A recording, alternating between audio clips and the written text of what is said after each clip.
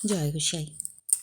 Miller একটিমাত্র আদরের ছোট বোন পেতা সংসারের স্রোতে ভেসে কোথায় যে হারিয়ে গিয়েছেন সে সংবাদ নিজের জন্মভূমিতে শেষবারের জন্য ফিরে গিয়েও মিলা সংগ্রহ করতে পারেননি। জীবনে যে আর কোনোদিন কোনো উপায়ে এই দুটি বিভিন্নমুখী স্রোতের মিলন হতে পারে সে সম্ভাবনাও ছিল সুদূর পরাহত।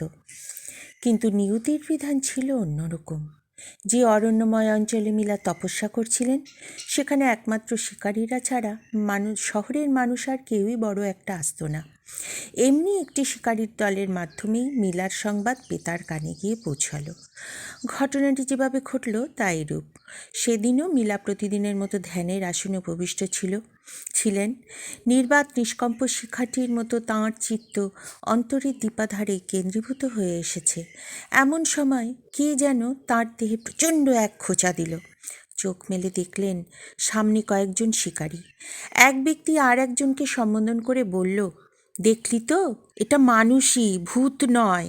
ভূত হলে আর ধনুর্গুণের একটা খোঁচায় চোখ মেলে চাইতো না। মিলাকে নিঃশব্দে চেয়ে থাকতে দেখে অপর ব্যক্তি সবাই বলে উঠল, কি জানি বাপু, খোঁচা খেয়ে কথা বলে না এক মরা মানুষ। এর আকৃতি প্রকৃতি থেকে জ্যান্ত মানুষ বলে আমার কিন্তু এখনও মনে হচ্ছে না, কারণ চোখ মেলে চাইতে কি আর ভূতেও পারে না। তার চেয়ে চল আমরা এখান থেকে পালাই।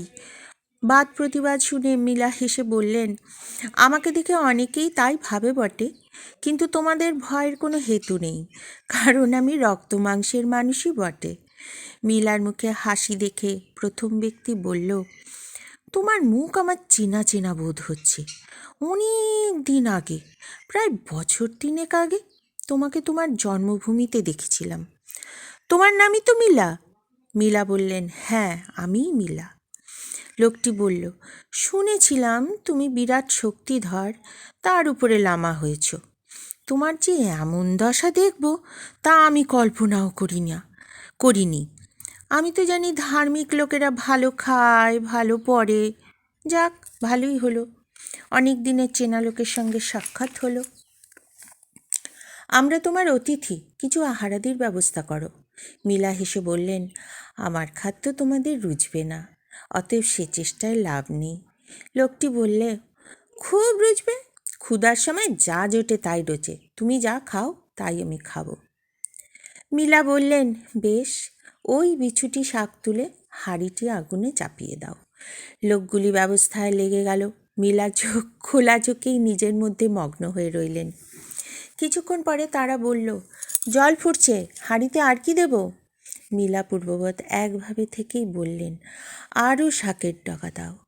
আবার কিছুক্ষণ পরে তারা বলল, মশলাপাতি কোথায়? মাংস, হাড়, পেঁয়াজ, আদা, ময়দা, নুন, এসব না হলে কি করে রান্না হবে? মিলা বললেন, কোথায় কি পাবো?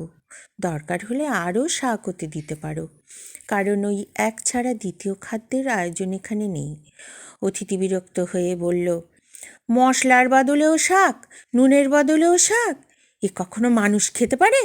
প্রসন্ন হাস্যে মিলা বললেন, এই খেয়েই তো আমার কয়েক বছর কেটেছে। মিলার মুখের হাসি দেখে সেই লোকটি অধিকতর বিরক্ত হয়ে বলল, এর মধ্যে তো তোমার পৌরুষ কিছু নেই। লোকের বাড়ি পেট ভাতায় কাজ করলেও তো এর চেয়ে ভালো খাবার মানুষের জোটে।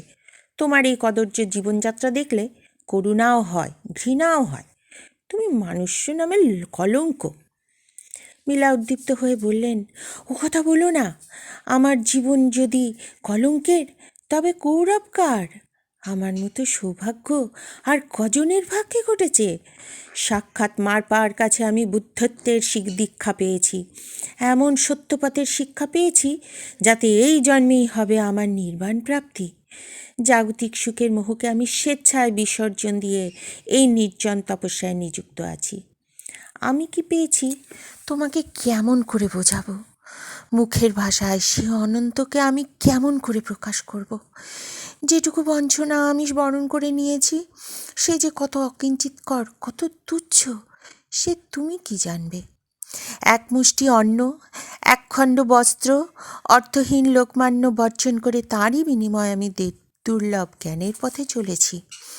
আমাকে তোমার ঘৃণ্য বলে মনে হলে আমার তাতে কিছুই ক্ষতি নেই, কিন্তু যে দেশে বুদ্ধের সমাজ, যেখানে জন্মগ্রহণ করে নিজের আত্মাকে কোন দুর্গতির অতলে তুমি দিনে দিনে ডুবিয়ে দিচ্ছ, সে কথা কি তুমি মুহূর্তের জন্য চিন্তা করে দেখেছ? কঠিন প্রস্তর শয্যায় কত আরাম, কদর্য আহারে কত তৃপ্তি, তপশ্চর্যার সংযমে কত আনন্দ, তোমাকে আমি কেমন করে বোঝাবো? অতৃপ্তি কোথাও নেই, নিরানন্দ কোথাও নেই। যোগীর জগৎ আনন্দের জগৎ, যোগী কারুর করুণার পাত্র নয়। তখন পশ্চিম গগন অস্তগামী সূর্যের আলোয় রক্তিমাভ হয়ে উঠেছিল। মুখের ভাষায় সে আনন্দকে আমি কেমন করে প্রকাশ করব? যেটুকু বঞ্চনা আমি বরণ করে নিয়েছি সে যে কত অকিঞ্চিৎকর, কত তুচ্ছ, সে তুমি কি জানবে? এক মুষ্টি অন্ন, একখণ্ড বস্ত্র, অর্থহীন লোকমান্য বর্জন করে তারই বিনিময়ে আমি দেবদুর্লভ জ্ঞানের পথে চলেছি। আমাকে তোমার ঘৃণা মনে হলে আমার তাতে কিছুই ক্ষতি নেই, কিন্তু যে দেশে বুদ্ধের সমাজ, যেখানে জন্মগ্রহণ করে নিজের আত্মাকে কোন দুর্গতির অতলে তুমি দিনে দিনে ডুবিয়ে দিচ্ছ, সে কথা কি তুমি মুহূর্তের জন্য চিন্তা করে দেখেছ? কঠিন প্রস্তর শয্যায় কত আরাম, কদর্য আহারে কত তৃপ্তি, তপশ্চর্যার সংযমে কত আনন্দ, তোমাকে আমি কেমন করে বোঝাবো? অতৃপ্তি কোথাও নেই, নিরানন্দ কোথাও নেই। যোগীর জগৎ আনন্দের জগৎ, যোগী কারোর করুণার পাত্র নয়। তখন পশ্চিম গগন অস্তগামী সূর্যের আলোয় রক্তিমাভ হয়ে উঠেছিল। সেই দিকে দৃষ্টি পড়তেই মীলা সচকিত হয়ে বললেন, কিন্তু বন্ধু, আর বিলম্ব করো না, ওদিকে সন্ধ্যা ঘনিয়ে আসছে। বিনা আলোকে পার্বত্য পথে চলা বড় কঠিন। তাছাড়া আমারও সময় বড় অল্প। কখন অতর্কিতে মৃত্যু এসে হানা দেবে কে বলতে পারে? বাজে কথায় অমূল্য সময় অনেক ব্যয় করেছি, আর নয়। কিয়াংসা নগরের এক বাৎসরিক উৎসবে ঘটনাচক্রে এর কিছুদিন পরেই ওই শিকারীদের সঙ্গে পেতার সাক্ষাৎ হয়ে গেল। তারা মিলার কথাই আলোচনা করে নিজেদের মধ্যে হাস্য পরিহাস করছিল। এমন সময় পিতাকে পাশ দিয়ে যেতে দেখে তাদের একজন তাকে ডেকে বলল, কি আশ্চর্য, আমরা তোমারই দাদার কথা বলছিলাম। ব্যথায় বিবর্ণ হয়ে পেতা বললেন, আমাকে নিয়ে তোমাদের এই নিষ্ঠুর পরিহাস কেন? আমি তো তোমাদের কোনো অনিষ্টই করিনি। তোমরা ভালো করেই জানো আমার দাদা বহুদিন ধরে নির্দিষ্ট। আমার বাবা নেই, মা নেই, ত্রিসংসারে আপন বলতে আমার কেউ নেই। তবে আজ এতদিন পরে আমার দাদার কথা তুলে কেন আমাকে তোমরা কাঁদাতে চাও? এই কথা বলেই পেতা আর্তনাদ করে কেঁদে উঠলেন। মজা দেখবার জন্য সেই উৎসব ক্ষেত্রেই বহু লোকের ভিড় জমে গেল। ক্রন্দনের ধ্বনি শুনে জেসেও ভিড় ঠেলে সেখানে এসে উপস্থিত হলেন। ররুদ্যমানা পেতাকে দুহাতে বুকে জড়িয়ে জেসে বললেন, ওরা সত্যি কথাই বলেছে, ড্রাকারটাসু গুহায় মিলা আছে, আমিও শুনেছি। তুমি একদিন নিজেই গিয়ে খোঁজ নিয়ে এসো, তারপরে আমাতে একবার গিয়ে ঘুরে আসবো। এতকাল পরে দাদার সংবাদ পেয়ে পেতা আর স্থির থাকতে পারলেন না। এক পাত্র ছাং ও সামান্য কিছু ময়দা নিয়ে সেই দুর্গম প্রদেশের অভিমুখে যাত্রা করলেন। গুহার পথ জানা নেই, কিন্তু লোকের কাছে জিজ্ঞাসা করে জেনেছিলেন যে পার্বত্য পথ উপরের দিকে উঠতে উঠতে ঝর্ণার পাশে গিয়ে অকস্মাৎ শেষ হয়েছে। তারই একান্তে সেই গুহা। সাপুত সংকুল এই পার্বত্য প্রদেশে শিকারীরা ছাড়া আর কেউই বড় একটা আসত না। দুর্গম খাড়া পথে নিছক মনের জোরে অনেক দূর পর্যন্ত চলে এসে ঝর্ণার মুখ পর্যন্ত পৌঁছাতে পৌঁছাতে বেলা অনেক হয়ে গেল।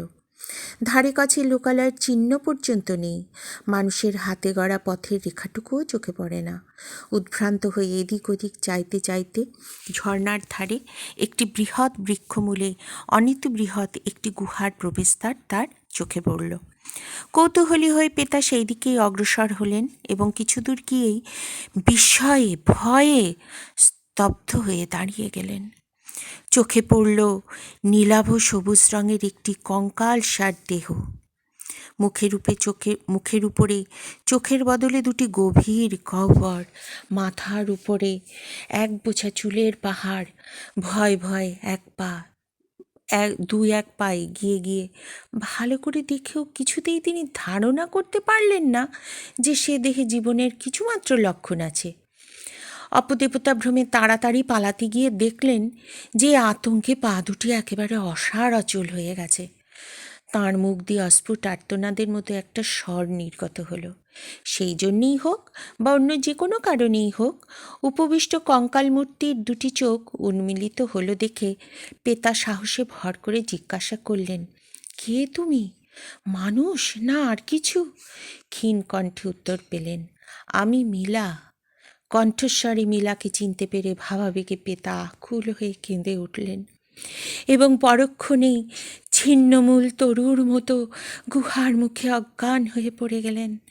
মিলা আসন ছেড়ে উঠে তার মুখে মাথায় ঝর্ণার জল ছিটিয়ে অনেক যত্নে তার চৈতন্য সম্পাদন করলেন।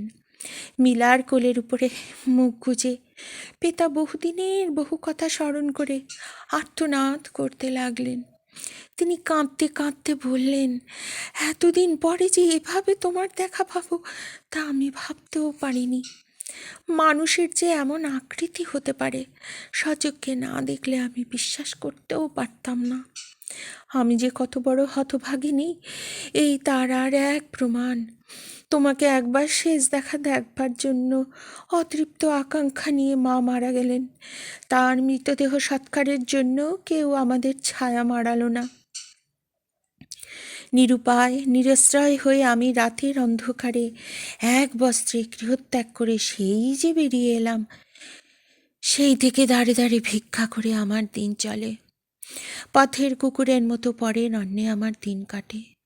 তুমি জীবিত কি মৃত কিছুই জানি না। এতকাল পরে যদি বা তোমার দেখা পেলাম, তুমি যে রক্ত মাংসের মানুষ তাও তো বোঝবার উপায় নেই। এতখানি দৈন্য যে কোনো মানুষের হতে পারে তাও আমার কল্পনার অতীত ছিল। তোমাকে দেখে আমার মনে ধারণা হয়েছে যে আমাদের মতো ভাগ্যবিড়ম্বিত পৃথিবীতে বোধ করি আর কেউ কোথাও নেই। মিলা বহুভাবে প্রেতাকে প্রবোধ দেবার চেষ্টা করলেন। বললেন, না পেতা, তুমি অনর্থক ভাগ্যকে দোষ দিচ্ছ। সাংসারিক দুঃখ কষ্টকে কখনোই বড় করে দেখতে নেই, কারণ এসবই আজ আছে কাল নেই। সুখ দুঃখ উভয়ই ক্ষণস্থায়ী। একমাত্র সত্য যার ক্ষয় ব্যয় নেই, পরিবর্তন নেই, আমি সেই পথের পথিক। জন্মসূত্রে যে জীবন আমি পেয়েছি তার কৃতজ্ঞতার ঋণ শোধ করবার জন্য আমি এই কঠিন পথ বেছে নিয়েছি। তাই আমার এই কদর্য বাসস্থান যে কোনো মানুষের অযোগ্য।